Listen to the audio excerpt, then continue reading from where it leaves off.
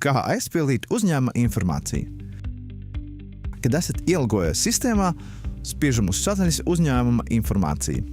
Cilnē uzņēmums jūs dod visu pamata informāciju.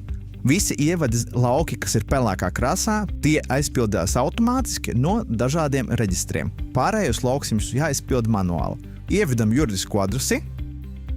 Ja juridiska adrese ir tāda pati kā faktiskā adrese, ieliekam šeit ķeksi.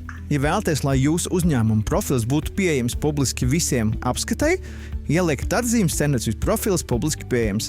Pēc šīs atzīmes veikšanas parādās vairāk aizpildāmie obligātie lauki. Visi lauki, kuri ir jāizpild obligāti, tiek atzīmēti ar sarkanu zvaigznīti. Ja jūsu uzņēmumam ir arī PVD numurs, bet šeit viņš neparādās, lūdzu ievadiet PVD numuru manuāli. Spiežiet uz pogas pievienot PVD numuru un ievadiet savu PVD numuru un spiežot pogu saglabāt. Ja jūsu numurs tiks atrasts PVD datubāzē, jums viņš automātiski pievienosies. Ja tomēr jūsu numurs netiek atrasts PVD datubāzēs, lūdzu sazinieties ar Novada Garšas komandu. Papildus informācijā pie īsais uzņēmuma nosaukums ievadiet savu uzņēmuma īso nosaukumu, kuru vēlaties, lai viņš parādās kā galvenais jūsu uzņēmuma nosaukums. Sadaļā īsais uzņēmuma apraksts ievadiet īsu uzņēmuma aprakstu līdz 250 rakstu zīmēm. Sadaļā uzņēmuma apraksts varat ievadīt visu uzņēmuma aprakstu bez rakstu zīmju ierobežojuma.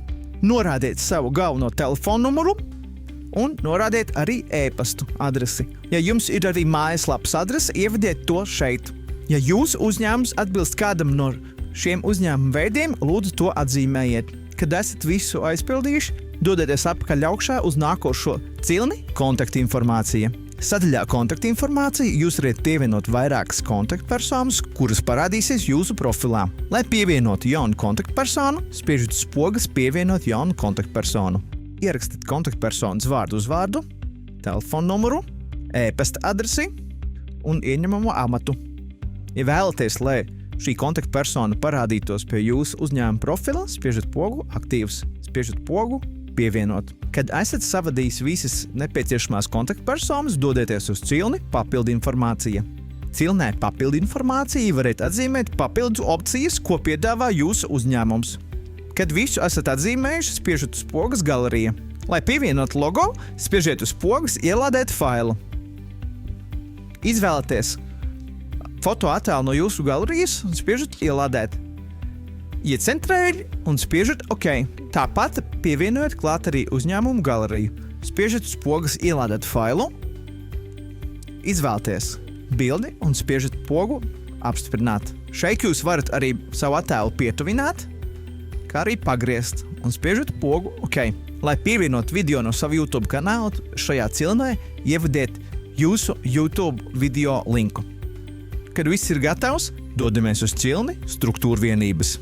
Sadaļā struktūrvienības parādās visas struktūrvienības, kas jums ir pieejamas no PVD datubāzes, kā arī varat pievienot jaunas struktūrvienības. Lai pievienotu jaunu struktūrvienību, kas var būt veikals, ražotne, noliktava vai jebkas cits, spiežiet pogu pievienot jaunu adresi. Jums atveras jauna cilna pievienot lokāciju. Ja šai adresē ir PVD numurs, jūs to norādiet šeit, ievadiet nosaukumu, ievadiet adresi.